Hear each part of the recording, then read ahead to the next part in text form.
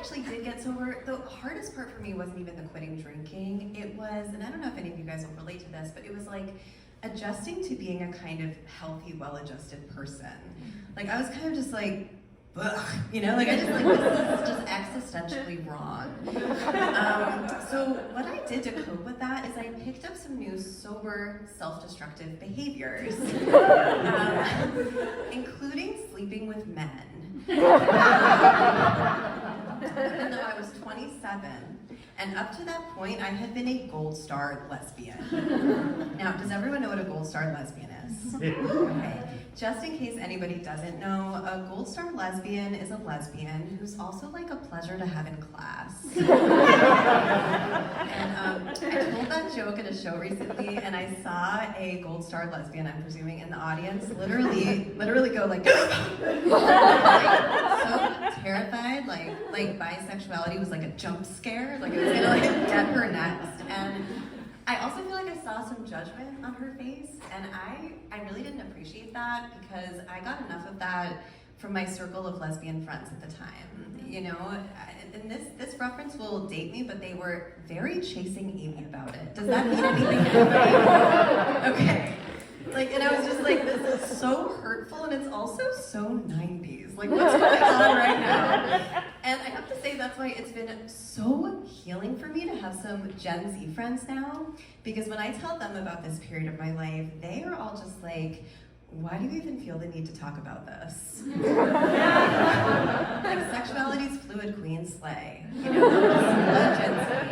But I admit it was a weird choice for me to start sleeping with men. I think that's why I did it. Like, I wanted to feel like even though I was sober, I was still rebellious.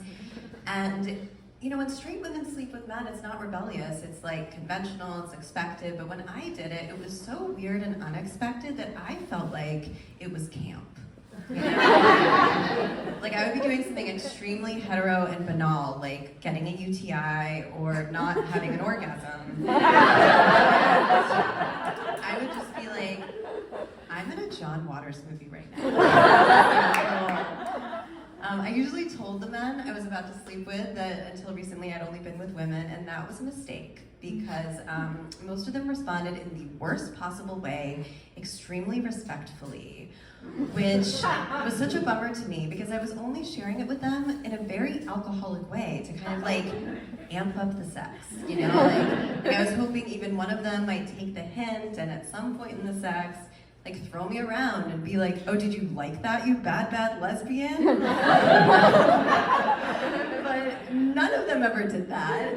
I think because I kept accidentally picking these like sensitive emo boys who would just like look meaningfully into my eyes after sex and be kind of like, did being with a man bring up any feelings for you? And I was just like, this is so gay.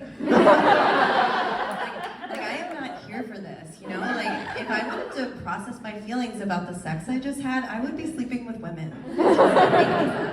But that was not even the worst. I'm going to tell you about the worst experience I ever had with a man. It was the first man I ever slept with, because this man turned to me after sex and said, so what was it like to finally lose your virginity? Thank you. I feel so validated by this room right now. I really appreciate that response.